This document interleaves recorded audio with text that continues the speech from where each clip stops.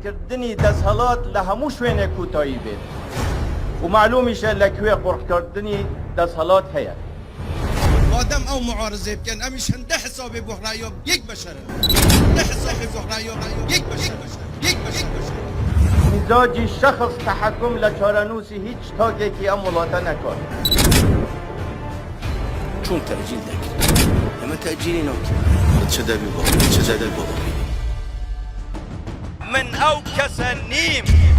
خۆم شەرمەزاری ملەتی خۆم کەم خۆم شەرمەزاری ملەتی خۆم کەم. با بگەڕینەوە بۆ چەند مانگێک پێشتر بزانین چی بووە.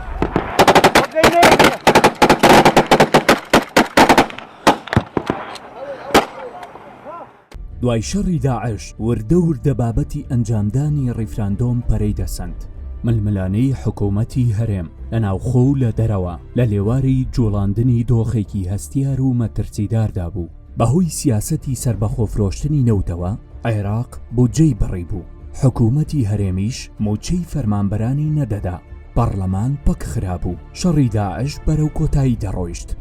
بارودۆخەکە سەخت بوو بۆ خەڵک بەڵام وردە وردە ختووکەی بابەتی ڕیفراندۆم دەدرا. ساڵێک پێش ئەو ڕووداوە واتە ساڵی 2016 ژمارەیە کەسایەتی چەند سیمینارێکیان لە سلێمانی و هەڵەبجە و گەرمیان و ڕانیە و چەند شوێنێکی تر ئەنجامدا دژی ڕیفراندۆم کە ئەگەر بکرێت مەترسیە. لە ڕاستیە ساڵێک پێش ڕاگەاندنی نەخێر پێش ڕاگەاندنی ڕیفراندۆمیش لەگەڵ ژمارەیەک هاوڕێ زنجیرەیەک سمینارمان کرد ئێمە ساڵی 2016 لە هەڵەبجە لە ناو سلێمانی لە گەرمیان وە لە ڕانیە لەسەر مەسەلەی مەترسیەکانی ئەو هەنگاوانەی کە ڕەنگە پارتی بینێ بارزانی بینێ بۆ مەسەلەی دروستکردنی دەوڵات باسی مەترسیەکانی ئەو هێزە نادیموکراتانەمان کرد کە بانگەشەی دەوڵەتەکەن دواتر چ دۆزەخێک بۆ خەڵکی خۆیان دروستەکەن باسی ئەمریکای لاتین و هەندێک وڵاتانی عەرەبیمان کرد کە مەسەلەی دەوڵەت نابێت ناسیۆنالیزم چاومان کوێر بکاوە بێ کەەوە شتێکی کەموێ نەبوو بەڕاستیە لە کاتا ڕاستە لە فەیسبوک لێرە و لەوێ ڕەخنە هەبوو بەس بڕۆی بە فعلی سمینارکەی و بە فعلی دژی ئەو واسیتەوە کە دەوڵەت ڕابگەندێ شتێکی تۆزێ نامۆ بووە لەلایەن ئەو خەڵکات نەشەوە کە دواتر هاتنە سەر بەرەی نەخێر ڕەخنەی تونمان لێگیرە. واتە ئەمە ساڵێک پێش وادە ڕیفراندۆم ئێمە دەستمان بەو شێوەیەک لە جوڵەیە کردبوو لەوەی کە ئامادەکاری بکەین بۆ نەخێرێک بەرامبەر بە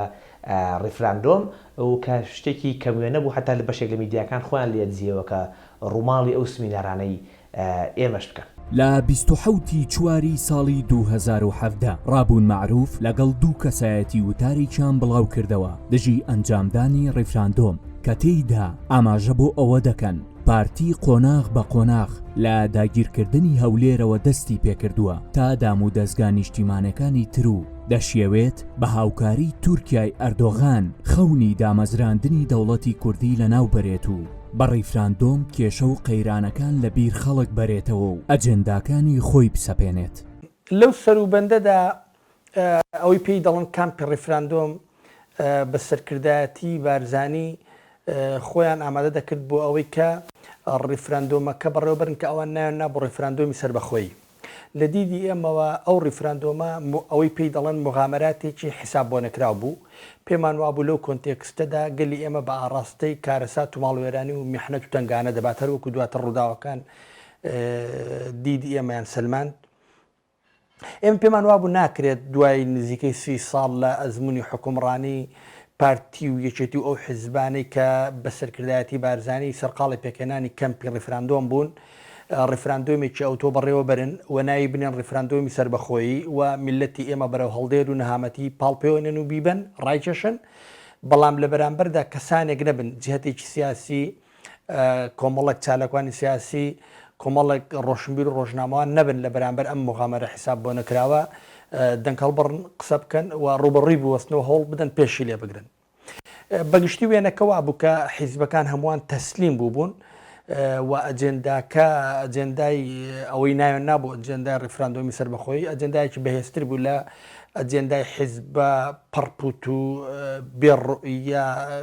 لاوازەکانی تر بۆیە ئێمە کۆمەڵە گەنج کۆمەڵە سیاسی و پەرلەمانتار و ڕۆژنامەوان لە بەرامبەر کەمپی ڕیفراندۆمەکەدا کەمپی نەخێرمان ڕاگەیاند و بەڕووی ڕفراندۆمەکە وەستانی و پێمانەوە بۆ ڕفراندۆمە پێویستە نەکرێ و ئەو ڕفراندۆمە میلەتیان بەر و کارسات دەبات ئەو سا بە درێژی لە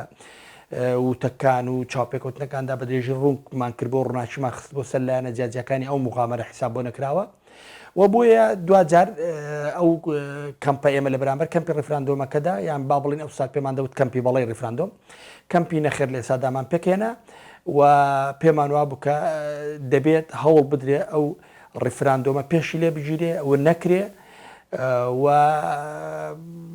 ملەتی ئێمە ئامادەکاریەکانی سربەخۆیی لە ناوە پایەکانی دەوڵەتێکی هاوچەرخ و مۆدێرن و دیموکرات دابمەزرێنێ و دەوڵەت و دامزگەکانی دەوڵەت بکە بە ئامرازی پاراستنی شکۆ و کەرامەتی هاوڵاتیان و لانی کەمی دادپەروەری و چەسپاندنی بنەماکانی دەوڵەتی مۆدێرن لە چەشنی دیموکراسی و ئازادی جیاجیەکان لە کۆنتێکسێکی ئاوتۆدا دەکرێت میلەتەکە ئێمە دەوڵەتی لە ناوە ئامادەکرد بێت و پایەکانی دروست کرد بێت و دەوڵەتی ساز کرد ببێ ئەوەی مغامرێکی حساب بۆ نەکراوە بکەی و میلەتەکەت ڕوبەڕووی بارودۆخێکی ئەوتۆ و کارساتێکی ئەوتۆ بکەیتەوە بۆیە لە بەرامبەر کەمپی بەڵەدا ئێمەش ئەو کۆمەڵە گەنجە کەمپی نەخێر لە ئێستادامان ڕاگەیاند. فەرهاد سەنگاویش وەک خۆی دەڵێت زۆر پێش ڕیفراندۆم لە سیمینارێکدا دژایەتی لەو جۆرە دروستکردنەی دەوڵەتی کردبوو. چوومە سەنگا و لێم پرسی نەخێر چۆن و کەی دەستی پێکرد لای تۆ؟ جاری وهەیە خەڵک باسی شایەتێک و دوو شایەتەکە بۆ پشت ڕاستکردنەوەی شتەکانی من پێم وایە 100 شایەتم هەبێ لە 100 شایەتەکە پێم وایە 30 ئێستا ئەگەر تەلەفۆنیان بۆ بکەین ڕێن بەڵێ ڕاستە. لەوانە کاک مەسعود عەبدولخالق، لەوانە کاک جەنگی حاجی ئاغا ڕاوێژکاری پەرلەمان، کاک لاوەن جەلال ڕاوێژکاری پەرلەمان لە هۆڵی یەکێتی پەرلەمانتارانی هەولێر کە سیمیناری کاک سیروان کاکەیی بوو لەوێ سیمینارێکی هەبوو لەسەرەوەی کە چۆن بە پەلە دەوڵەتەکە دروستکەن بە پەلە دەوڵەتەکە ڕاگەیەنن بە پەلە هەتا شەڕی داعشتاوە نەبووە چۆن حکوومەتی عێراقی زوڵم لە کوردەکە چۆن موچەی پێشمەرگیان بڕی بودجێی هەرێمیان بڕی نانی هەرێمیان بڕی چۆن مادەی 140 جێبەجێ ناکەن پارە نانێرن بۆ پێشمەرگە و بۆ هاوڵاتی بۆ بودجە چۆن سەرکردایەتی کورد چون بەغدایان دروست کردەوە عێراقیان دروست کردەوە ئەوە حەزەکەم شایەتەکانم هەموو گوێیان لێبێ ئەمە قسەی من بوو پێم وتم کاکەیەوە باسی دەوڵەت دروستکردنەکەن ڕەنگە ملیاردێک خانوو هەبێ لەسەر ئەرس یەک خانوم بۆ بدۆزەرەوە پێش پایەکان یا پێش دیوارەکان سەقفیان بۆ بەستە بێ شتیوانە تۆ چۆن دەوڵەت دروستەکەی لە کاتێکا میلەتێکی ناڕازی میلەتێکی برسی میلەتێک دوالێ کردو ڕقی لە خاچێتی لە وڵاتێتی لە نیشتیمانێتی لە مێژوویەتی لە زمانێتی تۆ میلەتێکت کردو بە دوژمنی خۆی چۆن داوای لێکەی بێ دەوڵەت بە لەگەڵ تۆ دروستکە جگە لەوانەش سەرکردایەتی کورد بەغدایان دروست نەکردوێتەوە ئەمرە ئەمریکا و ئەوروپا ئەمرەکەنە بێ بچن بۆ بەغا دروستکەنەوە بەشدار بن لەوێ سێهەم شت ئەگەر سەرکردایەتی کوردی یەک دەیان دروست کردوتەوە لە کوردستان ئەوە منیش قاڵم قەیناکە بابە ئەتوان دەوڵەتێک دروستکەن من باسی ئەوانم زۆر بە وردی کرد شایەتەکانم هەموو ماون ئەوە زۆر پێش ڕیفراندۆم بوو کە من چوومەوە بەگەشت ڕیفراندۆم و دەوڵەت دروستکردنی کوردستانە نەک لە بەرەوەی من دژی ڕیفراندۆمم یا دژی دەوڵەتم نا من پێم وایە ڕیفراندۆم چەکێکە ئەو چەکەی ئەینەی بە تاریکەشەوە ئەو چەکە لە خۆتەوەی تەقێنی یەک چەکی زۆر گرنگە لە کاتی خۆیان بێ بەکار بێ ئێمە من پێم وا بوو کە ئەوە کاتی نییە و ئەوە دروست نییە و خەسارکردنی ڕیفراندۆمە و من پێم وایە ڕیفراندۆم ڕاستپێردراو بوو کە ئەبێ ڕیفراندۆم بکەن بۆ ئەوەی کەرکووک و خانەقین و سنجار بە 2 ڕۆژ بە 2 سەعات چاڵکەن و هەرواش دەرچوو هونەری حاجی جاسم کە ئێستا خوێندکاری دکتۆرایە لە رووسیا قسەی بۆ کردم لەسەر دەستپێکی نەخێر کە چەند ساڵێک پێش ئەنجامدانی ڕیفراندۆم بە شێوازێکی زانستی چەندین پەیپەر و بابەتیان بڵاو کردوتەوە. من خۆم لەگەڵ کۆمەڵک هاوڕێ لە ساڵی 2015ەوە کۆمەڵک دراسەمان کرد کۆمەڵک نووسینی پەیپەر تقریبا ئەو کاتی لە گۆڤارەکان و لە وێبسایتەکانیش بڵاومان کردنەوە لەسەر ئەوەی کە ئەگەر ڕیفراندۆم لە ناوچەدا بەژەندراوەکان ئەنجام بدرێت کورد یەکلایانە ڕیفراندۆم لە ناوچانە بکات ئەوە لێکەوتەی زۆر خراپی بەدوای خۆدا دێنێ بە تایبەتی لێکەوتەی سەربازی لێکەوتەی سیاسی و لە ئاستی ئیقلیمی و لە ئاستی دەولیش بەدوای خۆدا دێنێ چونکە من ئەو کاتی باوەڕم وا بوو ئەو کاتی لە 2015 و 2016 بڕوام وا بوو کە مەسلەی ئیدارەی ناوچەدا بڕندراوەکان یان جوگرافی ئەم ناوچەیە تاکلایانە کورد ناتوانێت بڕیاری لێ بدە. ئەبێ ئەم مەسلەیەکی ئیقلیمیە، ئەم مەسلەیەکی ئیقلیمیە، تەنها مەسلەیەکی ناوەخۆی هەرێمی کوردستان و یان پەیوەند سیراعی بینی هەرێم و بینی بەغدانیە، بەڵکو مەسلەیەکی ئیقلیمیە. لە ناو ئیقلیمیشە زۆر جار مەسلەیەکی ڕەهەندی نێودەوڵەتیشی هەیە، لەبەرەوەی هەم ئەم منطقەیە بە وزە بەناوبانگە و هەم منطقەیە لە ڕووی کاریگەری لە ڕووی جیۆستراتیژیشەوە لەسەر ناوچەکە و لەسەر ئاستی ئیقلیمی هەیە. لە ناوەڕاستی مانگی 5 نەوشیروان مۆستەفا ڕێخەری گشتی بزوتنەوەی گۆڕان کۆچی دوایی کرد. جەلال تاڵەبانیش نەخۆش و بێدەنگ بوو، دوور لە سیاست. ئەمە هەلێک بوو بۆ مەسعود بارزانی، سەرۆکی ئەو کاتی هەرێمی کوردستان کە بڕیاری ئەنجامدانی ڕیفراندۆم بدات، هەرچەندە وادەی سەرۆکایەتەکەشی بەسەر چوو بوو. بەو هۆیشەوە پەرلەمانیان پەکخست بوو. بارزانی لە 6 حوزەیرانی 2017 لە بارەگای سەرۆکایەتی هەرێم لە پیرمام لەگەڵ نوێنەری حیزبە سەرەکیەکان جگە لە گۆڕان و کۆمەڵ کۆبوویەوە و بڕیارێکی ترسناکیاندا، ئەویش ئەنجامدانی ڕیفراندۆم بوو بە شێوەی تاگلایەنە و بێڕێکەوتن لەگەڵ بەغداد. 25 ئەیلول وەک ڕۆژی گشتپرسی بۆ سربەخۆیی کوردستان دیاری کرا. لە نێوان 6 حوزەیران تا 25 ئەیلول زۆر ڕووداوی گرنگ ڕوویاندا، بەڵام دیاردەیەکی سیر کە کەموێنە بووە لە مێژوودا دەنگی ئاشکرای نەخێر بوو بەرامبەر ڕیفراندۆم لەلایەن خودی کوردەوە کە یەکەم جار بوو کۆمەڵێک کەسایەتی کورد بە فەرمی ناو واژووی خۆیان بڵاو کردەوە کە دژی ناسیۆنالیستی کوردی نەخێریان بۆ ڕیفراندۆم کرد کە 70 ساڵ بوو تاکی کوردیان پێپڕ دەکرا. پاش کۆبوونەوەکەی پیرمام بۆ ماوەی هەفتەیە بێدەنگیەکی ترسناک باڵی بەسەر شەقامی کوردستاندا کێشا بوو، تەنانەت گۆڕان و کۆمەڵ کە لە کێبڕکەیەکی سەختدا بوون لەگەڵ پارتی لەم بابەتەدا بێدەنگ بوون. بەڵام کۆمەڵێک گەنج و کەسایەتی کورد لە ناوە و دەرەوەی کوردستان گفتوگۆ دەکەن بۆ ئەوەی بەرامبەر بڕیارەکەی بارزانی بوەستنەوە. ڕۆژی دووشەممە 25 نو 2017 ڕۆژی تەلاقدانی عێراقا. ئەوە ئێمە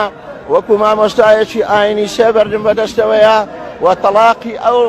ئەگریمنتە ئەو ڕێکەوتنامەیە کە 71 ساڵە ئێمەیان بە ناحەق بە نابەدڵی لەگەر پیرەژنێک مارە بڕیوە کە بە ناوی عێراقا، ئەوە ئەڕێین کە ئەوە تەلاقت کەوتبێ.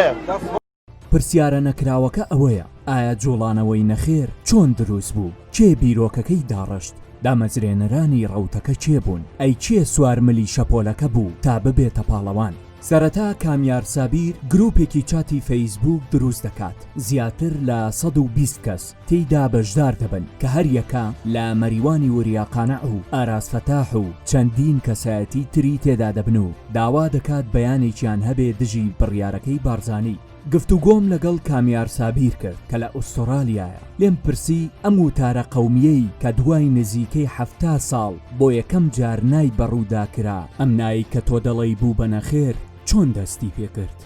هەموو ئەوانەی کە تەمەڕوودیان کرد بێ لەم کوردایەتیە لە حەلەزۆنی کوردایەتێکە لە تخوبی کوردایەتەکە بەر تەخوین دراون و تەخوینێکی خراپیش کراون و ئەو کەمپەینی تەخوینە ئەو ماشێنە عەلامیە تەخوینەی کە بەردەوام نارە سیاسیەکانی خۆیانیان پێ بە ئەهریمان کردووە سەرکەوتوو بووە. یەک نمونەیەکی بچووک بینەوانێ لە ساڵی 66دا برای مەحمەد و جەلال تاڵەبانی و عەلی عەسکەریەوەوان پاشەوەی کە چێشمە سیاسەکانیان لەگەڵ مەلا مستەفایە بە بنبەست دەگات، لە سەرەتادا هەوڵدەدەن پەنابەرن بۆ ئێران، لەوێ مەلا مستەفا لەگەڵ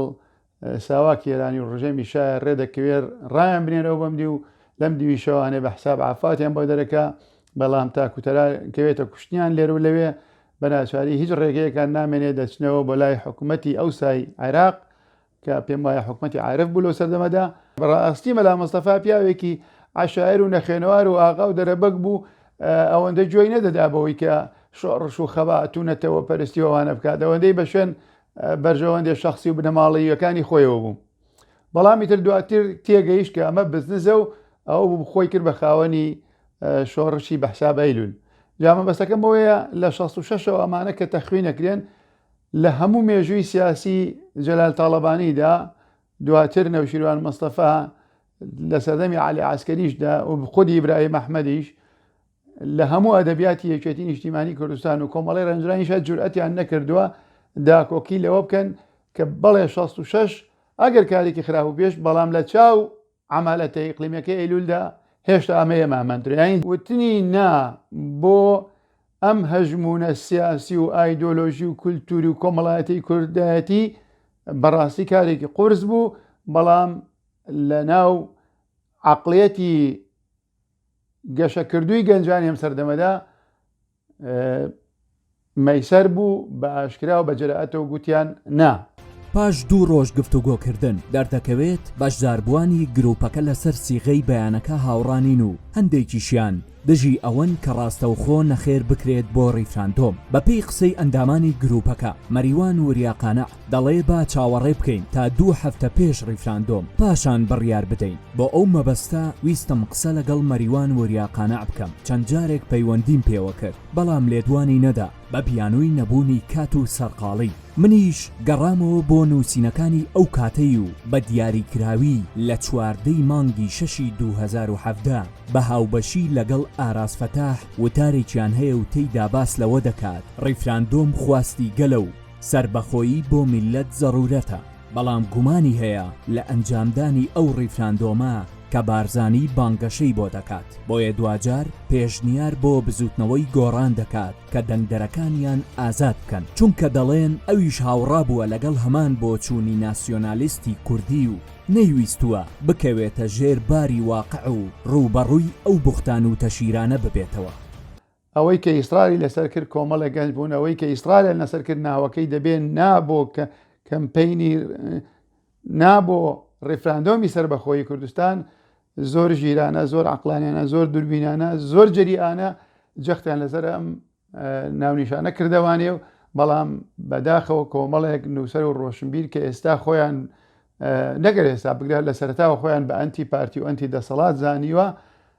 نەکرد سەحبیان کردەوە بگرێت خەڵکیشان ساردەوە کرد بەوەی کە ناکرێت لە ئێستادا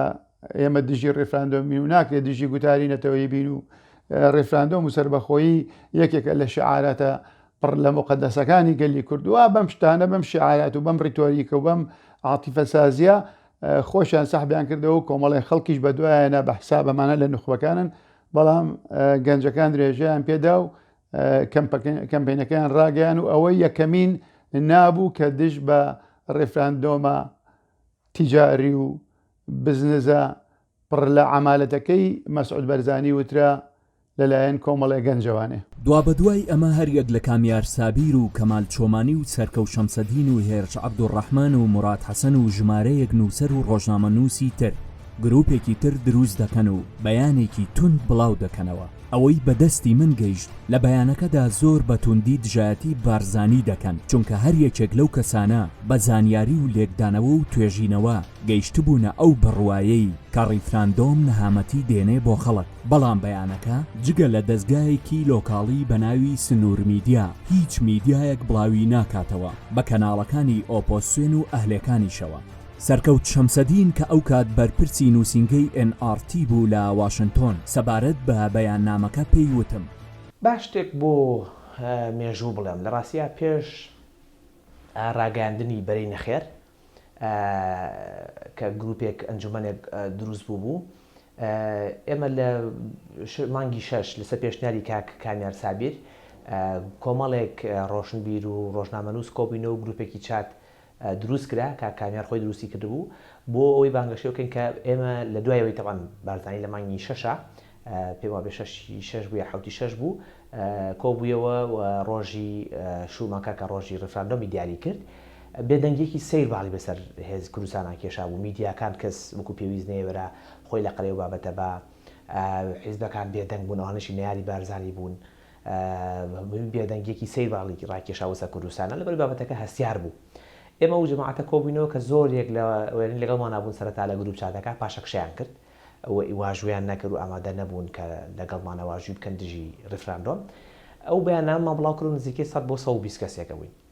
ئەوەی کە جێگی نیگەرانی بوو لە ڕاستیە ئەوانەی کە دوای هاتنە بەرەی نەخێر و میدیاکان و هەندێک هێزی تر لە ڕاستە ئەو کاتە ئیهانیانە کردین و سەرکۆنەی ئێمەیان کرد هیچ لە میدیاکان هیچ میدیایەکی فەرمی کوردستان بە NRT-شەوە بەنامەکەی بڵاو نەکردینەوە تەنانەت NRT سەرکۆنەی منیان کرد کە لەسەرەوەی کە واژوون کردووە و ئەوە مەترسیە لەسەر NRT و لەسەر بەرژەوەندەکانی NRT و علاقاتەکانی NRT دژی بوون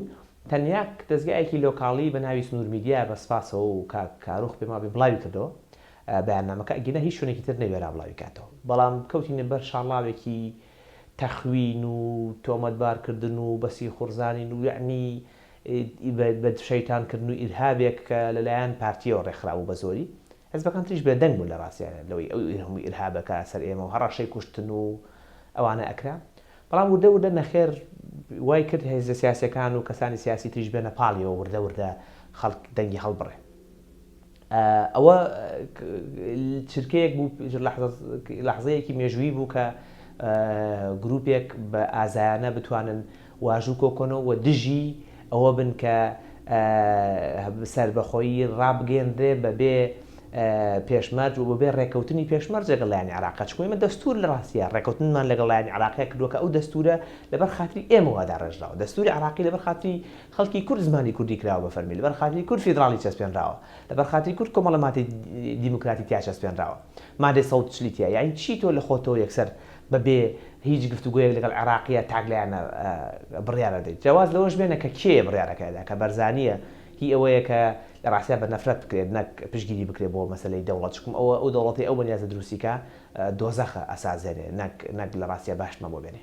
زانیاریم وەرگرت بۆ ڕاستی ڕووداوەکە پێیان وتم ئەو کاتە لە کۆبوونەوەیکی نهێنی بەڕێوبەری NRT لەگەڵ فازیل میرانی بەڕوونی پێیان وتبوون کە دەبێت سەرکەوت بێدەنگ بکەن ئەگەرنا ڕێگە لە کارکردنی NRT دەگرین لە هەولێر و دهۆک بابەتێک کە ون بوو لە ڕاگەیاندنەکان لەو کاتە و تا ئێستاش پێگەی ژن و کچ بوو سێرچم بۆ کرد بینیم چەندین کچ بەشداری نەخێر بۆ ڕیفراندۆم بوون بۆ نمونە وتارێکی شنیار ئەنوەرم بینی کە نووسی بووی بەڵێ ڕیفراندۆم متمانەیە بۆ بارزانی چونکە ئێمە هەمومان خاوەنی شەهیدین بەڵام بۆ ئەوە قوربانیمان نەداوە کە قومار بکەین بە چارەنووسی خۆمان و دروستکردنی چیانێکی شکست خواردوو پاش بەیاننامەی نەخێر میدیا و سۆشیال میدیای کوردی دابش بوو پارتی دیموکراتی کوردستان و بەڕیاردەری سەرەکی ڕیفراندۆم بە چڕی کەوتە تەخوینکردنی ئەو کەسانەی کە واژۆیان کردبوو وەک خیانەتکار ناوزەندی کردن هەروەها هەڕەشەی کوشتن و دەرکردنیان لە کوردستان لێکرابوو بە تایبەتی بۆ ئێمەمانە بۆ ئێمە بۆ کۆمەڵە برادەر بە تایبەتی کاک شێروان کاک ڕابوون و کاک ئیبراهیم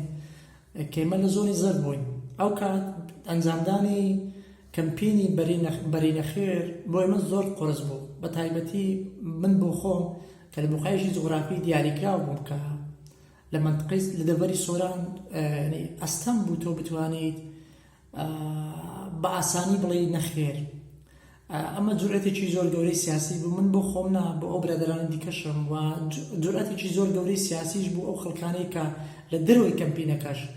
بانگەشەی نەخێریانە کرد بانگەشەیانە کرد کە ئەنجامدانی ڕێفراندۆم لەو تەوقیتە کارەساتێکی زۆر گەورە بەسەر خەڵکی هەرێمی کوردستان دینی و کارەساتێکی زۆر گەورەی اقتصادی سیاسی بەسەر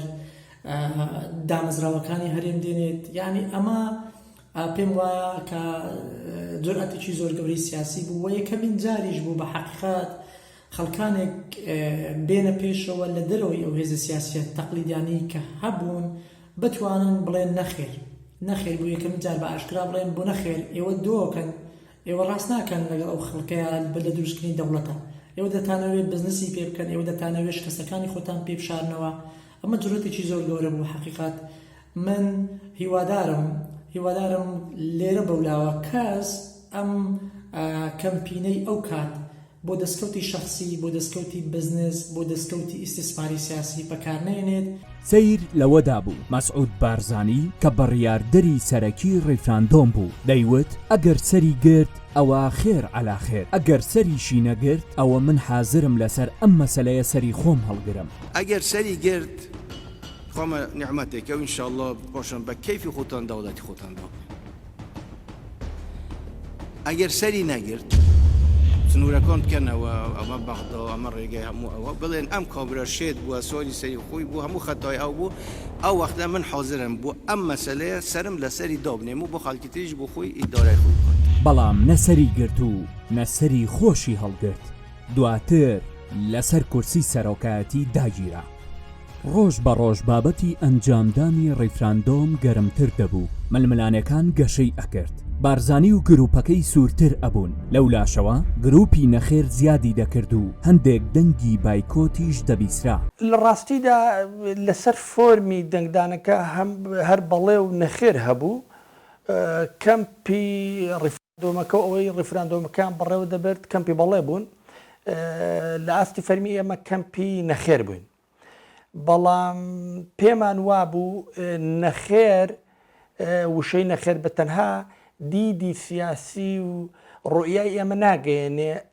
و مەبەستی ئێمە ناگەێنێ بەڕایگشتی بۆیە ئێمە کەمپەکەمان ناونا نەخێر لە ئێستادا مەبەستی ئێمە ئەوە بوو لە ڕێگەی نەخێر لە ئێستادا ئەو پەیامە بگەێنین کە ئێمە پێمان وایە گەلی کورد و کوردستان لە کوردستانی عێراق گەلە بە ئینگلیزیەکەی نێشنە گەلە نێشنێکی بێستەیتەواتە گەلێکی بێدەوڵەتە مافی دەوڵەتی هەیە مافی دامەزرانی دەوڵەتی سربەخۆی هەیە بەڵام ئەم مافەی لێ زەوت کراوە ئێمە دەمانویستم پەیامە بگەینی خاڵ یەکەم کە گەلی کورد لە کوردستانی عێراق مافی ڕەوای خۆیەتی دۆزەکەی ڕەوایە کە مافەکەی لە 2000دا لە دامەزرانی دەوڵەتی سربەخۆ بەرجەستە ببێت بەڵام پێمان وابوو مغامرە بۆ حساب نەکراوەکەی کەمپی ڕیفراندۆم بە سەرکردایەتی بارزانی ئەو مافەی گەلی کورد نەک هەر تحقیق ناکە بەڵکو کێشەی بۆ دروست دەکا پێمان وابوو ئەو میکانیزم و ئەو کۆنتێکستەی کە کەمپی ڕیفراندۆمەکە و کەمپی بەڵێ سەرقاڵی چەسپاندن و سەپاندن و بەڕێوەبردنی بوون نەک هەر ناتوانێت دەوڵەتێکی سەربەخۆی دیموکرات و هاوچەرخ و مۆدێرن بۆ کوردستان دامەزرێنە بۆ گەلی کوردستان بەڵکو ئەم مافەش دوور دەخاتەوە کە گەرە و لەمپەری زۆر دەهێنێتە ڕێگەی بۆ ئێمە پێمان وابوو بە وشەی لە ئێستادا تاکید لەوە بکەینەوە کە مافی دامەزرانی دەوڵەتی سەربەخۆ مافێکی بێ ئەملا لای گەلی کوردستانە بەڵام خاڵی یەکەم پێمان وابوو ئەو مغامرە بۆ حساب بۆ نەکراوەی بارزانی ئەم مافە دەخاتە بەردەم تەگەرە و هەڵدێری جاجیا هەروەها خاڵ دوم کە بەلای ئێمە و گرنگ بوو پێداگیری لەسەر بکەین ئێمە پێمان وابوو ئەو حزبە سیاسیانەی کە بە سەرکردایەتی پارتی سەرقاڵی ئامادەکاری بوون بۆ ڕیفراندۆمیەکە وە کەمپی بەڵیان بەڕێوە دەبێت ئێمە ئەزمونێکی نزیکەی 30 ساڵ حکومڕانیمان هەبوو لەگەڵ ئەوانە پێمان وابوون ئەوانە شایستی ئەوە نین کە ئایندە و چارنووسی ئەم گەلەی ئێمەیان بخینە دەستەوە ئەوان دەیانویست ڕێگەی ڕیفراندۆمەکەەوە هەروەکو چۆن دەیان ساڵی ڕابردوو گەلی ئێمەیان داگیر کردو و دۆزەڕەواکەیان دەست بەسراگرتووە بەکاری دەهێنن بۆ بازرگانی و ئامانجی جیای کۆمەڵە خێزانی چاوچنۆک و خاوەن کۆمپانیا کە هەموو دۆزیڕای کوردیان گۆڕیۆتەوە بە بەرژەوەندی دنیایی و کۆمپانیا و بازرگانی و پارە و ئەو بابەتانە پێمان وابوو دەیانەوێت لە ڕیفراندۆمیش بکەن بە کەناڵێک بۆی ئایندە کەشی ئایندی ئەم میلەتەش ئێمە داگیر بکەن ئێمە پێمان وابوون دەبێت میلەتی ئێمە میلەتێکی هۆشیارە ڕێ بگرێت لەوەی کە هەروەکو چۆن ڕابردویان داگیر کردو ئایندەشی داگیر بکەن بۆیە ئێمە زۆر بەلامانەوە گرنگ بوو ئەو دوو پەیامە لە ڕێگەی نەخێر لە ئێستادا بگەین بەڕای گشتی وە بکەین بە لە ڕێگەی فکر و ئایدیاوە ژیانی بەبەردا بکەین و بکەین بە جوڵانەوەی کۆمەڵایەتی ڕاستەقینە ئێستاش ڕۆژهەڵاتی ناوەڕاست بە کوردستان بە تایبەتی تاپۆ و سەنەد و سەنەوی و تاپۆکەی لای ئەمریکا و ئەوروپا و ئیسرائیلە ئێستاش کەی ئەمە ئەگۆڕێت بێگومان بەڵام لەگەڵ زەمان و زەمینی خۆیان ئەگۆڕێ و ئەمە لەلایەک کە من ئەمزانی وایە ئەمە لەلایەک لای دووهەم من ئەزانم بنەماڵەی بەرزانی کاریان نیشتیمان و نەتەوە نییە کەسێک کاری بازرگانی ناڕەوا بێ بۆ دێ دەوڵەت بۆ تۆ دروستەکە کەسێک بەرژەوەندی لە دروستکردنی دەوڵەتانە بێ بۆ دێ دەوڵەت دروستەکە چونکە دەوڵەتی کوردستان بە واتای پێشکەوتنی خەڵکی کوردستانە ئەوە دەوڵەتی کوردستان بە واتایە دێ کەسێکیش بەرژەوەندی لە پێشکەوتن و سەرکەوتنی نەتەوەکەیان نەبێ ناچێ ئیشی بۆ بکات چکە تۆ وەکو وایە کابراایەک دارەکەی ژێرپەی خۆی ببڕێتەوە ئاوا لە چیرۆکی مناڵانە هەیە دارەکەی ژێر پێ بڕەکە دەوڵەتی کوردستان کۆمەلگای کوردستان دەیان جار بەرزەکاتەوە بۆ پێشکەوتن و بۆ ئازادی و بۆ خۆشگوزەرانی چکە تۆبی لە دەوڵەت ئابی بە خاوەن ئابووری خۆت بی بە خاوەن حکومڕانی خۆت ئێستا ئێمە کێشەمان چییە کە ناتوانین هیچ بگۆڕین لە وڵاتە ئێستا ئێمە نە دەوڵەتین نە حکومەتین نە عەشیرەتین نە حیزبین نە خێزانین نە بنەماڵین نە دینین نە هاوڕێین هیچ شتێکمان وەکو خۆی نییە تا تۆ کاری لەسەر بکەی کابرا باوەڕی بە دین هەبێ بچی پێی بڵێ کاکە دین واڵێ ئەڵێ ڕاستەکەی بەس کە باوەڕی پێ دەبێت چی لێکی کابراایەک باوەڕی بە نەتەوە نیشتیمان نەبێ بچی کاکە لەبەر خاتری نەتەوە نیشتیمان بۆ ئاگاداریت یەکێ لە سەرکردەکانی پارتی لە کاتی نەوەتەکانانەوە و پێنجەوەوانە کۆمەڵی پیاماقڵ چوو بوونە لای بنەماڵی بەرزانی کۆمەڵی پیاماقڵ چوو بوونە لای وتیان کاکە خراپە شەڕینەوە خۆ بۆستێنن خراپە گوێی نەگرت بوو وتیان کاکە لەبەر خاتری کورد لەسەر مێزەکەی قاچی ئاوە بەرز کرد بۆ قۆنەرەکەی پیشاندا بنوتویەوە کووردە من ئەمە چۆن بڕوا بکەم دەوڵەتم بۆ دروستەکە بۆچی کابراایەک نەخوێنەوار بێ کابراایەک نانیشتیمان پەروەەر بێ کابراایەک نادڵسۆز بێ کابراایەک ئاوات و ئازارەکانی نەتەوەکەی هەست پێ نەکا ئەمانە چۆن دەوڵەت دروستەکەن ئەمە پێویست ناکە تۆ بیری لێ بکەیتەوە ئەو سەرکردانەی ئەو کەسانەی ئەو ڕووناک بیرانەی بە ڕیفراندۆم خەڵەتان خەڵکی زۆر سادە بوون پاشان وردوێرد بابەتەکە پێچەوانە بوویەوە و پشتیوانی شەقام بۆ بەرەی نەخێر زیادی کرد کەسێکی نزیک لە بەرپرسێکی دیاری گۆڕانم دواند و پێی وتم بەرپرسەکەی گۆڕان وتویەتی تا پێش بەیاننامەکەی ئەو گەنجانە کەسمان نەمان ئەوێرە دژایەتی بڕیارەکەی بارزانی بکەین دیارە ئەم کەمپەینی نایە جەراعەتی سیاسیدا بە کۆمەڵێ سیاسی و کۆمەڵێ حیزب و کۆمەڵێ نخبەی تر هەروانەی کە پاشەکشەیان کرد لە گروپ چاتەکە دواتر کەوتنە بۆڵەبۆڵ و منگە من و نابێ و ناکرێ و کاتەکەی نێوانە لە واقعدا ئەم کەمپەینایە جەراعەتی سیاسیدا بە کۆمەڵی خەڵک کە دواتر بە هەر جۆرێ لە جۆرەکان بێت ویستیان بەشداری لەو نایەدا بکەن بە شێوازی جۆرا و جۆر و دوای ئەم کەمپەینی نا بۆ ڕێفراندۆمی سەربەخۆیی هەرێمی کوردستانە کەمپەینێکی تر بە ماوەیەکی دواتر هاتە پێشەوە کە پێی دەوترا کەمپەینی نەخێر لە ئێستادا NRT ئەوان سەپەرشتیان کرد هەرچەنە من لەگەڵ ناوەڕۆکەیدا نەبووم بەشداریش نەبووم تیایدا بەڵام دژایەتیشم نەکردن وەکو بیرۆچوون لەبەرەوەی یەکەم نەخێر بۆ خۆی چەمکێکی لۆکاڵی بوو دەبایە بوو ترایەنا چونکە لە زمانی کوردیدا ئێمە لە زمانی کوردی کرمانجی ناوەڕاستە نایستانداردمانەیە نەخێر زیاتر لۆکاڵی و ناوچەیی بوو دووەمیش بۆ لە ئێستادا لە ئێستادا مەبەست لەو سەردەمەدا کە لە ساڵی 2007 ئەسڵەن ئەو لە ئێستادا جۆرێک لە خۆشخەیاڵی بوو کە دەیانویست لایکەم دوا بخرێت داوە هەندێک لەوانەی کە بەشداریان نەکرد لە کەمپینەکە دەیانگوت تکاو ڕجایان لە مەسعود بەرزانی دەکرد نزایان لێ دەکرد مناجاتیان بۆ دەبرکا کە ناکرێ پیاوی چابە تۆ باوکی ڕۆحینەتەوەی کوردی وەرە یەکێتی نیشتیمانیش و وەرە گۆڕانیش و وەرە هێزە ئۆپۆزیسیۆنەکانی تر و وەرە هەمووەمانەی تێبگرە و نخبەکان و ئەوانەی کە نەتەوەیەکانی تێوە بگلێنەوە هەمویان بابەیەکەوە بەشداروین هاوکات با هێزی پێشمەرگا دوو هێزی میلیشایی پارتیوێچێتی یەکگرنەوانێ کامە بۆ خۆی جۆرێکە لە خورافات بەڕاستی یان مەلەفی نەوت و غاز با بە نیشتیمانی بکەین و با شەفافی بکەین و ئەی بەڕاستی ئەمانە جۆرێکە لە خورافەی سیاسی کە خودی نەوشیرەوە مستەفاش ماوەیەکی زۆر ئەم هینان تەحلیلانەی دەکرد کە گوایە دەکرێت لە ڕێگەی چاکسازیێوانێ دوو میلیشیای بەڵتەچی ئەم دوو حیزبە دوو میلیشیای کە وەلایان بۆ حیزبەکە و بۆ قایدەکانیان هەیە تۆ بڵێ بتەوێت لەسەر ئەم ئێلیمنتانە لەسەر ئەم عنسوڕانە لەسەر ئەم توخمانە بتەوێت هێزێکی نیشتیمانی بۆ خەڵکی کوردستان دروستکە یان بتەوێت مەلەفی نەوت و غاز کە لە ئەسڵا هایجا کراوە لە ئەسڵا اختطاف کراوە لە ئەسڵا فرێنراوە لە دەستی مافیاکانی کوردایەتی و دەوڵەتی تورکیا و کۆمپانیا ڕووسی و بیانەکان دەستیان بەسەردا گرتووە تۆ بتەوێت ئەم مەلەفە نەوتە لە دەستی ماڵی بەرزانی و تاڵەبانی بسەنی تەوانی و بتەوێت لە شۆشدا لە پەرلەمانی کوردستان و ئەو هەندێک کەس کە پێڵێت تەوێلەکەی کوردستان و تەویلەکەی کوردستان و حکوومەتی هەرێمی کوردستاندا کە ئەوە چەند ساڵە ماڵی بەرزانی قیادەی دەکەن هەموو شتێ هەر خۆیانن تۆ بتەوێت لێ وانێ بە نیشتیمانی بکەی ئەوانە جۆرێکە لە خرافاتی سیاسی جۆرێکە لە فانتەسی سیاسی. تا دەهات نەخێر زیاتر تەشەنەی دەکرد لەم کاتەدا چەندین هەوڵی جیاواز هەبوون تا بکرێتە بەرەیکی فراوان بۆیە هەوڵ دەدرا گۆڕان ڕازی بکرێت تاوەکو نەخێر بێت. هێرش عەبدوڕەحمان لە سەفەردا بوو بەڵام هەر چۆنێک بێت قسەم لەگەڵ کرد. وتی ئێمە ڕاستەوخۆ پەیوەندیمان لەگەڵ برێت مەکگۆرک و دام و دەستگاکانی ئەمریکا هەبوو دەمانزانی ڕیفراندۆمەکە شکست دێنێ بۆیە بە گۆڕانمان وێت بەڵام بەقسەیان نەکردین ئەوە بوو دواتر کەسێک نەخێری خۆستەوە بۆ خۆی. لەو کاتەدا سەرکەوت شەمسەدین پەیوەندی بە دوو بەرپرسی باڵای گۆڕانەوە دەکات لەوانەش شۆڕش حاجی و یوسف محەممەد کە ئەو کات سەرۆکی پەرلەمانی کوردستان بوو. پێش هاتنی بڵی سەرۆکی کۆمپانیای نالیا و بەڵێ خاوەنی NRT من لەگەڵ برادرانی گۆڕانە گفتوگۆم کرد لەگەڵ بە دیاریکراوی لەگەڵ دکتۆر شۆڕش حاجی کە ئەو کاتە ئەندامی خانەی ڕاپەڕاندن بوو و لەگەڵ دکتۆر یوسف کە ئەو کاتە سەرۆکی پەرلەمان بوو بەڵام ڕێگەی لە گیرا و بچێتە هەولێر لایەن پارتیەوە و پەیوەندیەکانی گۆڕان و پارتی زۆر خراپ بوو. ویستمان وا بکەین گۆڕان هەم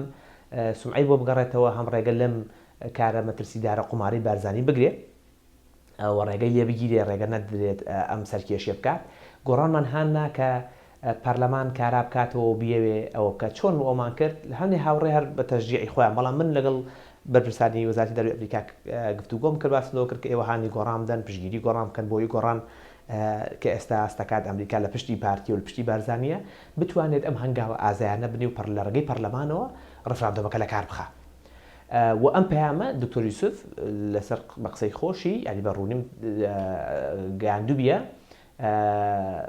خانەی ڕاپەڕاندن لە خانەی ڕاپەڕاندنە بە سەرسامی و شێوەیەک لە گاڵتەکردنەوە تویان ئێمە ئاگامان لە دنیاە و پشگی دژایەتیکردنی ڕیفراندۆمی چی ئەمریکا خۆی لە پشتێتی و ئەمریکا بە دوای بەدیلی بارزانیان ناگەڕێشتی وە چۆن ئەبێ و ینی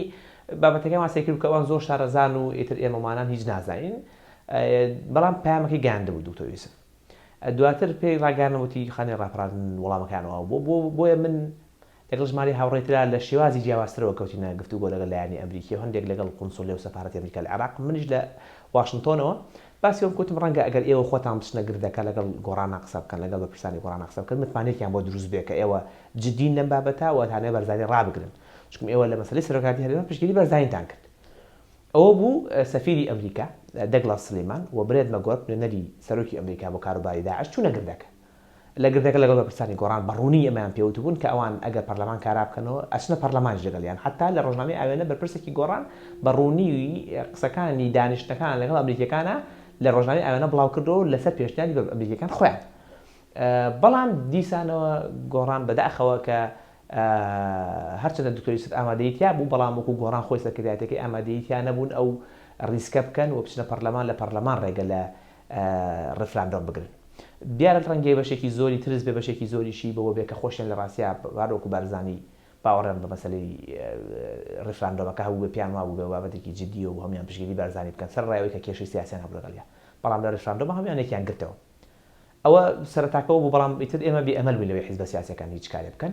برێت مەکگۆر نوێنەری سەرۆکی ئەمریکا لە عێراق بۆ شەڕی داعش و دەگلاس سلێمانی باڵوێزی ئەمریکا لە عێراق بۆ دڵنیاییان دەچنە گردی زەرگەتە و پەیوەندیەکانیان لەگەڵ گۆڕان ئاسایی دەکەنەوە کە بەهۆی کێشەی سەرۆکایەتی هەرێم پەیوەندی گۆڕان و ئەمریکیەکان تێکچوو بوو. لە کۆبوونەوەکەدا ئەمریکیەکان بە بزوتنەوەی گۆڕان دەڵێن ئێوە سەرۆکی پەرلەمان بنێرنەوە هەولێر و ئێمە خۆمان لەگەڵی دەچینە پەرلەمان و کەس ناتوانێ ڕێگری لێ بکات بەڵام لە پەرلەمان ڕیفراندۆم یان هەڵوەشێننەوە یان دوای بخەن حەز دەکەین ئەم پەیامەش بگات بە شەقامی کوردستان. بەڵام لەبەر ئەوەی بەرپرسانی گۆڕان لە خانەی ڕاپەڕاندن خۆیان سەر بە هەمان بیرکردنەوەی ناسیۆنالیستانە بوون بۆیە پێیان وابوو ئەگەر دژایەتی ڕیفراندۆم بکەن لە مێژوودا وەک خیانەتکار ناویان دێت. لە هەمووشی زیاترەوە بوو جەخت لەوە کرایەوە کە ئەمە گەمەیەکی مخابراتی و بە تەحریکی مخابراتی ئەردۆغانی مخابراتی تورکیا کە میت سەپەرشی دەکرد خودی هاکان فیلان لەگەڵ ماڵی بەرزانیدا سەپەرشی دەکرد و دواتریژەوە بوو پێشانی ڕابوارد چونکە دەیزانیت کە لە هەلومەرجە سیاسی و ئیقلیمی و نێودەوڵەتەکاندا ئەمە مەیسەر نابێت جۆرێ لە کارت بوو فشار سراعێکی نێوان تورکیا و ئێران بوو بۆ کۆنتترۆلکردنی بەشێک لە عێراق ئەوە بوو کارک و ئەزانرێت ماڵی بەرزانی هەتا ئەو کات تا ڕاپەڕینی 1990 سەر بە مؤسسەی عمالەتی ئێرانی بوونە کە دواتر لە شەڕەکانی ناوخۆدا وردە وردە بەلای تورکیایە کە سنووری جۆگرافیان کەوتەوە ناوچەیەوە ئەوەی کە بە ئینگلیزی پێوترێ شفتیان کرد لۆیاڵتیەکەیان دڵسۆزەکەیان ئیخلاسەکەیان بۆ تورکیا گۆڕێوانێ و بەکردەوەش لەبەرەوەی لە سنوورەکانی نزیک بوون. ئیتر لێرەشەوەیە کارتی ڕێفراندۆم کارتێ بوو بۆ ئەوەی کە دەوڵەتە ئیقلیمەکانی ناوچەکە چەندێ حیسەیان لە بەشی عراقدا هەبێ بە تایبەتیش تورکیا دەویست مەلەفی نەوت و غازی کوردستانی عراق بە تەواوەتی بەدەستەوەگری و ماڵی بەرزانیش کۆنتترۆلکە وەکو میرێکی جۆڕایەڵ وەکو والیەکی جۆڕایەڵ لەوێ قوت بکاتەوە لە حاڵەتێکە ئەگەر ڕێفراندۆم بۆی سەر بگرێن واگە سەریشی نەگردەوە بەردەوام دەبێت لەو عمالەتە ئیقلیمی هەروەکەوەی ئێستا دەیکا دوش بە هێزەکانی پەگەکە و دوش بە هێزەکانی یەپەژە و چ لە شنگال و چ لە قەندیل و چ لە ناوچەکانی تر. لەو کاتەدا فشار و زانیاریەکانی ئەو کەسایەتیانە وای کرد شەقامی کوردی دابەش بێت بەسەر بەرەی بەڵێ و نەخێر و کەمێکیش لە بایکۆت بوون. دواتریش بە ئاشکرا هەست بە فراوانی بەرەی نەخێر دەکرا کە پێشتر چەندەنگێکی کز و لاواز بوون. باو باپیرانی ئێمە لە ڕابردوودا فەشەلیان هێناوە لەوەی کە کیانێکی سیاسیمان بۆ دروستکەن چەندێکی خەتای دەوڵەتەکانی دەوروبەرماندا ئەوەندە و سەد ئەوەندەش خەتای قیادیە سیاسیە فاشی لە مرتەزیقەکانی ئێمەیە با زۆر دوور نەڕۆین تەنیا لە کوردستانی عێراقەوە و لە 100 ساڵی ڕابردوویە دەست پێ بکەین. پیاوێکی وەکو شێخ مەحموود ئەم پیاوە عەمیلی دەوڵەتی عوسمانی بووە تاوەکو دەوڵەتی عوسمانی مابووە دواتر بووە بە عەمیلی شخصی ئەتاتۆرک بە عەمیلی ئیتیحاد و تەرەقی ناسیۆنالیزمی تورکی لێرە و ویسێتی کوردایەتی بکات. دژایەتی دەوڵەتی ئینگلیز و دەوڵەتی تازە دروستبووی عێراقی کردووە. ئەگەر شێخ مەحموود ئەو حەماقەتە سیاسی و عەسکەریەی نەکردایە لەو سەردەمەدا بچوایە تێکەڵی دەوڵەتی عێراق بوایە و داوای مافە سیاسیەکانی گەلی کوردی لە ناو دەوڵەتی عێراق و لە بەغدا بکردایە بە پێچەوانەوانێ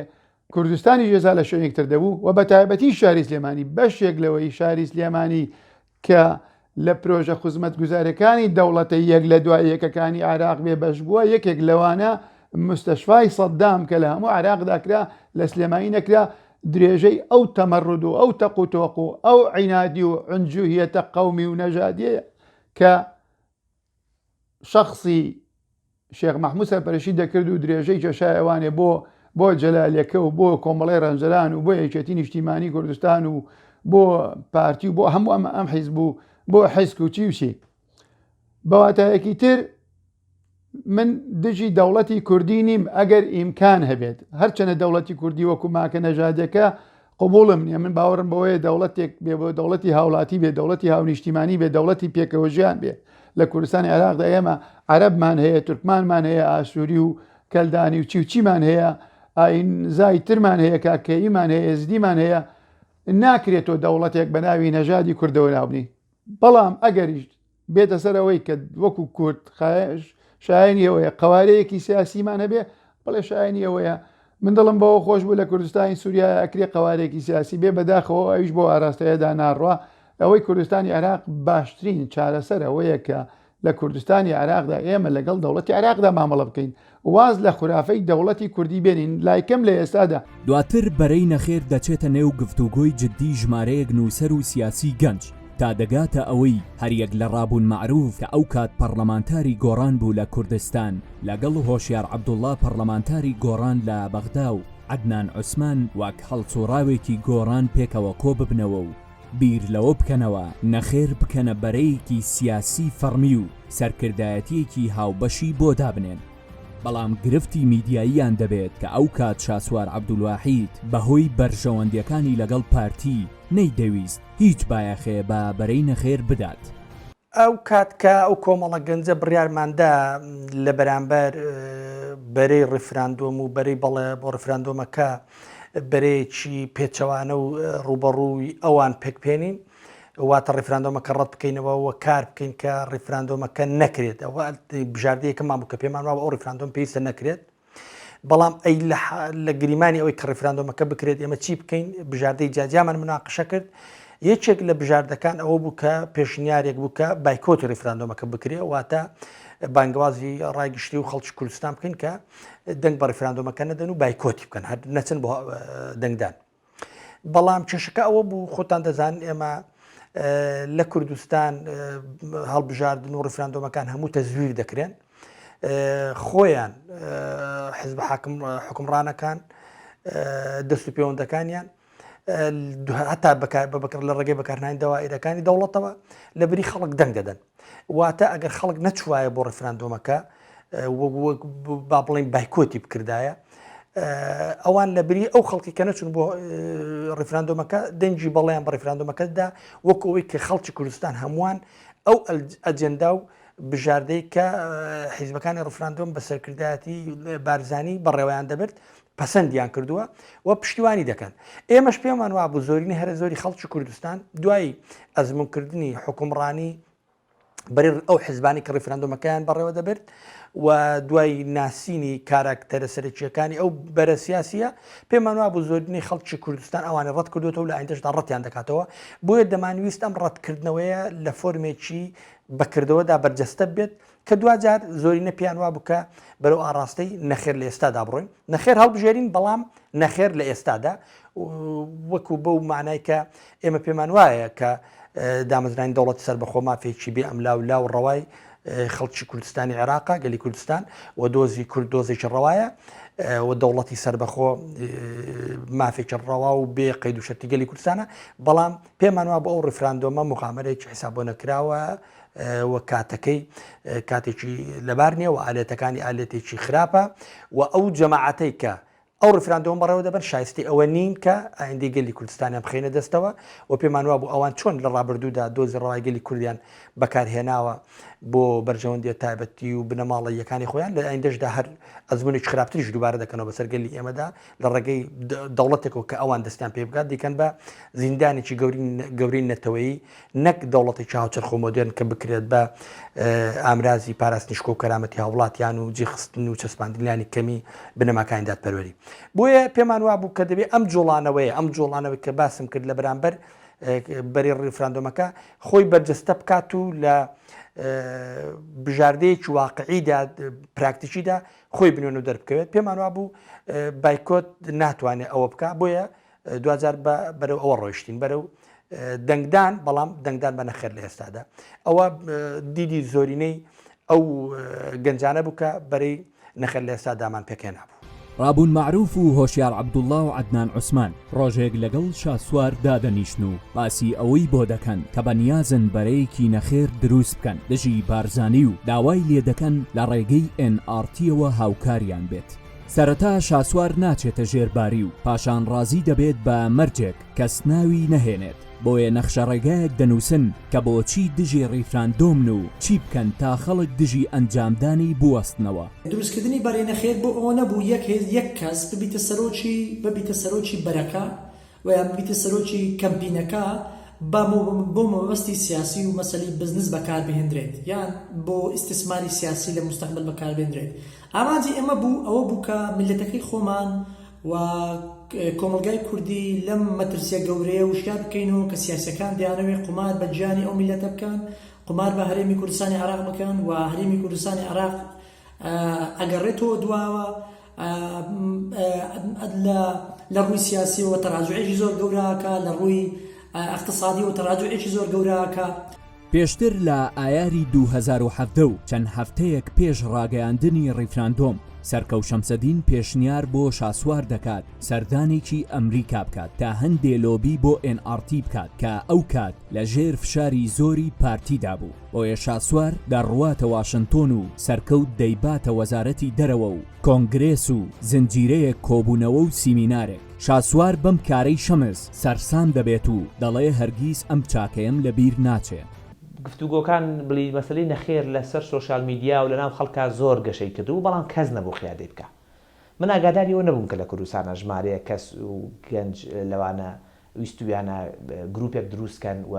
ئێنارتیش پشتگیریان کا و سەرۆکی جوڵانەوەی نوێی ئێستاوا بڵێن ئەو کاتە سەرۆکی کۆمپانیا نالیا بوو بەڵێنی پیاوم پشتگیریان کە لە ڕووی میدیاییەوە پێشتارێکم کرد بۆ سەرۆکی کۆمپانیا نالیا و کاتە وتم بۆ نایەتە ئەمریکا پێشتر تەڵانم کۆبوونەوەکی ترم بۆ ڕێخستم بۆ مەسەلەی پشتگیریکردن بۆ NRT لە ئەمریکا پێم وایە ئەم نەخێرە ئەوتم ئەتوانی ئیسیسمای لەسەر بکەیت ئەگەر بتانی لە ڕووی میدیاییشەوە بێت دەرگای میدیاکەتی بکەیتەوە بۆی پشتگیری ئەو کە دەنگانە بکەیت کە نەخێرن ئەو بوو هاتە ئەمریکا بەڵام هیچی بە من نەوت کە ئەو لە ڕاستیا پێشتر گفتوگۆی لەگەڵ خەڵکی ترا کردووە و خەڵکی وعدی بە کەسی تراوە کەەوە بوو لە کۆبوونەوەکانە هەموو بەرپرسانی ئەمریکا بەڕوونی پیانوت ئەو بوو مقابلەی واشنگتۆن پۆست و شتانەمان هەمووی ڕێخست ئیڤنتێکمان ڕێخست بەرپرسانی ئەمریکا لە کۆبوونەوەکانە هەمویان پیانوت کە لە ڕاستیا بەڵێ ئەوان دژی ڕفراندۆمن بەڵێ بە هیچ شێوە پشتگیری ناکەن و بە ڕوونیش بە بەرزانی وتراوەوە ئەوە بە ڕوونی لە کۆشکی بە مەسرور بەرزانیا وتبوو کە ئەگەر کارەساتی ڕوویە خۆدان بەرپرسیارن ئیترۆ بوو لەو کاتانە و چەند ڕۆژەکە لێ بوو شار سوار بە منی وتی پێت وایە ئەگەر من پشتگیری نەخێر بکەم شتێکی باشە وتم زۆر باشە پێم وایە گە بیۆری ئەوەت هەبێشتی وا بکەیت پێم وایە دەنگدانەوەکی زۆر گرنگیە بێ من هەوڵی شێم پشتگیری ئەمریکەکان زیاتر بێ بۆ بابەتە بەڵام لەبەرەوەی کە ڕاستیا شتێکی تازە بوو بە نسبەت ئەمریکەکانیشەوە وان واقعبین پیان وا بۆ گەر هێزێکی بەهێز و پێگەدا کوترا و نەبێت بچێتە پشتی نەخێرەوە سەرکەوتوویکی ئەوتۆ بەرز نایێنێ بەڵام هەر لە شێوەیە لە شێوەکان هەر پشتگیریان کرد ئەوە بوو کە گەڕایەوە نەخێرەکەی ڕاگەیاند کە لە ڕاستیا من ئاگادار نەبووم دواتر زانیم کە لە ڕاستیا ئەو بەنیاز بۆ تەنها لە پشتەوە پشتگیری نەخێرەکە بکە و دواترەوە بوو شێوازی ئەنجومەی نەخێرەکە شێوازێکی تی وەرگرت و کۆمەڵێ هاوڕێ لە دەوری کۆبوونەوە و ئەنجومەنی نەخێر ڕاگەیاندا بەڵام هەموو ئەم هەنگاوانە پێش ئەنجومەی نەخێر هەیە خەڵکی تر چۆن ڕۆڵی هەبووتیایە و هەموو ئەمانە گرنگە بۆ مێژوو بزانرێ و تەنها یەک کەس تێدا زەق نەکرێتەوە و ڕۆڵی ئەو کەسانەی کە لە نەخێرا و لە بنەماکانی دامەزراندنی نەخێر وەکو جوڵەیەکی فکری سیاسی و ئەو گوتارانەی کە لە جوڵانەوەی نەخێر بڵاو کاتە بڵاوە کردەوە ئامادەکردنەکەی پێشتر کەسانی تر ڕۆڵانتیایە هەبوو خەڵکانی تر ڕۆڵانتیایە هەبووە بەڵام توانرا لە ڕێگەی ئەنجومەنێکەوە ئیسیسمای تیا بکرێ هەرچەندە لە ڕاستیە نەخێر وەکو خۆی گەورەتر بوو لە ئەنجومەی نەخێر زۆر فراوانتر بوو لە دەوری شخصێک و ئەنجومەنشکۆ نەبوونەوە بەڵکو خۆیان لە ئەنجامی قەنەعەتکردن و ئەو گوتارانەی کە پێشتر کای لەسەکرا بوو باوەڕیان بۆ هەبوو کە مەسەلەی ڕفراندۆم کارەساتە خۆڵکانی بەپێی زانیاریەکانی سولی تایمس دوای هەوڵی ئەو کەسایەتیانە شاسوار کار بۆ ئەوە دەکات خۆی بکاتە سەرمەشقی نەخێر بەڵام ترسی هەیە و ناوێرێ بۆیە سەرەتا لەگەڵ باڵی ئەمنی و هەواڵگری یەکێتی ڕاوێژ دەکات و گەرانتی سەلامەتی وەردەگرێت پاشان بە سەرکەوشەمز دەڵێ دەیەوێت جوڵانەوەی نەخێر ڕابگەێنێت بە فەرمی ئەویش پێی دەڵێ بیرتە کە دژی بەیانەکەی ئێمە بوویت و تا ئێستاش هیچ هەواڵێکی ئەو گروپەی نەخێرت بڵاو نەکردوتەوە ئەی چۆنە دەتەوێت خۆت بیکەیت شاسوار دەڵێت دەیکەم بەمەرجێ تۆ هاوکاریم بکەیت و بمبەیتە لای بەرپرسانی ئەمریکا کە پشگیریم بکەن چونکە من لە سلێمانی لە ڕووی ئەمنیەوە مسۆگەرم و هیچ کێشەیەکم نییە دواتر سەرکەوشەمس دەست دەکات بە پەیوەندیکردن بە هاوڕێکانی لەناو وەزارەتی دەرەوەی ئەمریکا و کۆشکی سپی و کۆنگرێس و ژمارەیەک ڕۆژنامەنووسی ئەمریکی پاشان بە شاسوار دەڵێت دیدارەکان ئامادەیە بەڵام دەبێت بەڵێن بدەیت کە بەرەی نەخێر ڕابگەیەنیت سەیر بولام ئەمویست بزانم شەمەس کە ئەو هەموو هەوڵەی داوە بۆ بەشداری نەخێری نەکردووە ڕاستە من لە ئەمریکا بوو ئەوە یەک لە ڕووی فیزیکی و من لەوێ نەبوو دومیش ڕاستی ئاگام لەو بابەتە نەبوو لە ئەنجومەنێک لەوێ پێشتر دروست کراوە و ئەو سەرۆکی کۆمپانیای نالیا و کاتە بەنیاز بووە لە پشتۆ پشتگیریام کە ئەگەم لە شتێکی وانە بوو لە کتوپڕ بوو کە کاتێککە من ئەو کۆبوونەوانم بۆ ڕێخست باس لەوە کرد کە بەتەمایە شتێکی وا ڕابگەێنێ بەڵام شتێکی تریش هەبوو من لە ڕووی یاساییەوە کاتە لەگەڵ هەندێک دەستگای ئەمریکا کارمە کرد وە نەمەتوانی ڕاستە و خۆ بچمە ناو کاری سیاسی وەکو ڕەخنەگرتن ئەتوانی بەردەوام لە ڕەخنەگرتن و دیدێکی ڕەخنەگریم هەبێ بەڵام هەندێک ئیلتیزاماتی یاسایم لێرە لە ئەمریکا هەبوو نەمەتوانی لەوە ناو ئەنجومەنەکە بەشدار بن بەڵام ئێمە دەفعی لە ڕووی فکریەوە لە ڕووی گوتارەوە لە ڕووی نووسین و لە ڕووی علاقاتەوە لە ڕووی میدیاییەوە ڕۆڵێکی یەکجار سەرەکی لەگەڵ ژمارەیەکی زۆر هاوڕێترا هەمان بوو لەوەی کە نەخێر شێوەیەک لە مەڕغوبیت لە ناو خەڵکا وەربگرێت چکم پێشتر زەمینەیەکە بووە دروستکردنەکە یعنی نەخێر شتێک نەبوو ئەنجومەنێ بوو ئەوە ژمارە هاوڕێ ڕایانگەاند دەبێ ئەوە کۆتاییەکەی بوو مایەک پێش ڕاندمەوە ساڵێک پێش ئەوە زۆر زیاتریش کاری لەسەکراوە کاری فکری لەسەکراوە چونکە ئێمە ئەمانزانی کە ڕفراندۆم ڕاستیا کارەسادێنێ و هیچ مەبەستێکی شخصی و تایبەتی و بەرژەوەندی بازرگانیمان لە مەسلەی ڕاوەستانەوە بە ڕووی بارزانانی و بە ڕووی ڕفراندۆمان نەبوو جگە دڵسۆزی بۆ خەڵەکەی خۆمان و جگەلەوەی کە ئەمە بە هەڵەیەکی استراتیژیمانەزانی فعلا واشدا چوو هەڵەیەکی استراتیژی بووە باجەکەشی خەڵکیای کەمپینی نەخێر فراوان دەبێت و لە هەشتی 2017 ژمارەیەک گەنج و ڕۆشنبیر ئەنجومەنی نەخێر لە ئێستادا ڕادەگەێنن لەوانە فاروق ڕەفیق و هونەری حاجی جاسم و ڕابوون معروف و فەرهاد سەنگاوی و ئیسماعیل گەڵاڵی و چەند کەسێکی تر دواتر شاسوار خۆی دەسەپێنێ بە سوودوەرگرتن لە میدیا و پارە کە تەنانەت تەواوی وتار و چاوپێکەوتنەکانی بۆ دەنووسرایەوە بەرەی نەخێر کەمپین بوو نەم ئێمە خۆمان حاضر نەکرد بوو کە بەرەی نەخێرەکرێ بە حیز بوو بەرەی نەخێر بەکار ئەهێنرێت و نەخێر بەکار دێ و سەرۆکی جوڵانەوەی نەخێر و ئەمانە باس نەکراوە ئێمە هەروە وەستای کۆمەڵە خەڵکێ بووین دوای برادێک خۆی کردوتە سەرۆکی جوڵانەوەی نەخێر و نەخێری بەکارهێناوە بۆ مەبەستێکی تایبەتی ئەمە ئێمە نین من کاک اسماعیل گەڵاڵی کاک فاروق ڕەفیق کاک هونەر جاسم کاک ئیبراهیم عەباس نەخێر لە ئاستی سیاسی و میدیا و جەماوەری بەرهەمی ئەو کەسایەتیانە بوو کە سەرەتا بە گشت بارزانیدا چوونەوە و بێدەنگیان شکان دواتر بە دەیانی تر ڕەوتی نەخێریان بەهێز کردبوو خەڵکی کوردستانی عێراق بە هەر جنایەکەوە بێ و لەژێر هەر دروشمێکی سیاسی و نەتەوەیی یاو بێت لە ماوەی 100 ساڵی ڕابردوودا کەم تا زۆر قوربانی داوە هەرچەنە قوربانیەکانی بۆ کۆمەڵێ قیادی بوونە بۆ کۆمەڵێ سەرکردە بوونە کە بۆ بەرژەوەندیە بنەماڵی و طریقەتی و شێخایەتەکانی خۆیان بەگەڕیان خستووە شیعارێک دەوترایەوە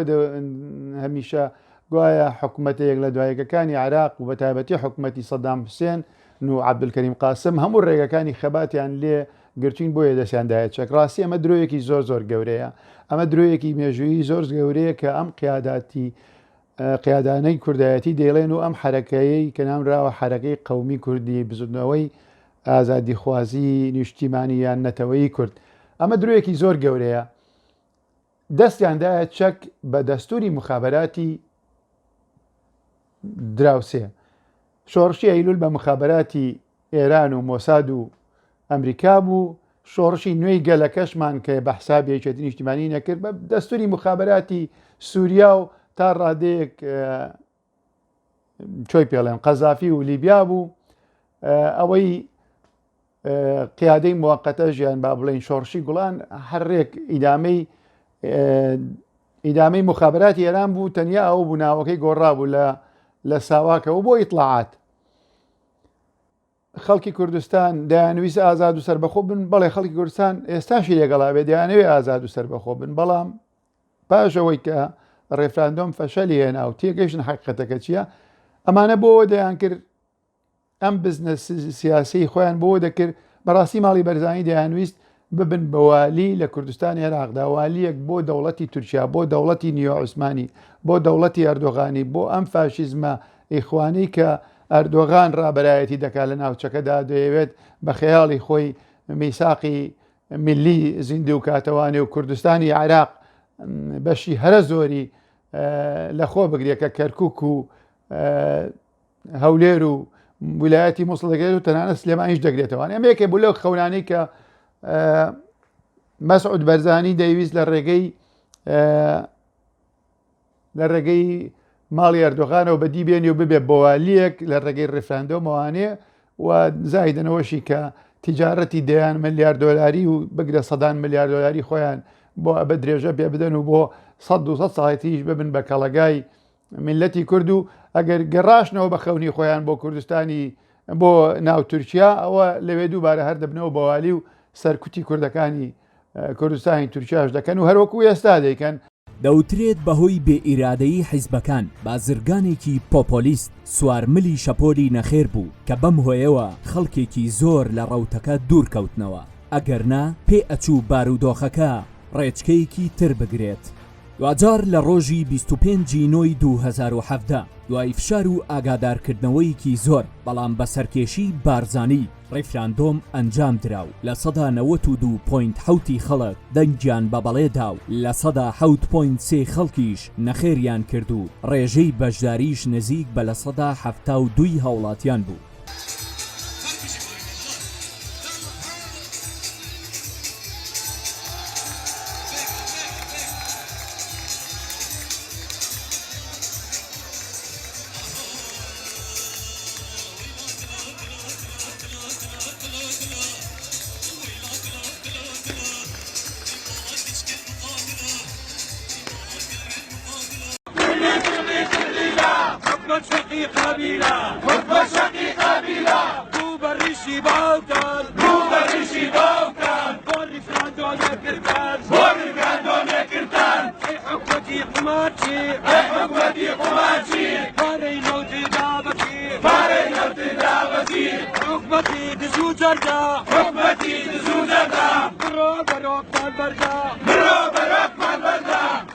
دەوترێت هەرچەندە سربەخۆیی هیوایەکی لە مێژینەی میلەتی کورد بوو بەڵام بارزانی هێندەی تر دووری خستەوە و لە 16 ئۆکتۆبەریش خوێنی پێشمەرگە بە فێڕۆدرا. دوجار نە ڕیفراندۆم بووە کارتی فشار و نەدەوڵەتەکەش دروست کرا، ئەوەی مایەوە نەهامەتی بوو بۆ میلەت. لە مەیدانی کوردایەتی کە پایتەختی بیر و ڕایە هەموو یەک دەنگ هاوارەکەین خەڵنەکانمان لە گۆڕدای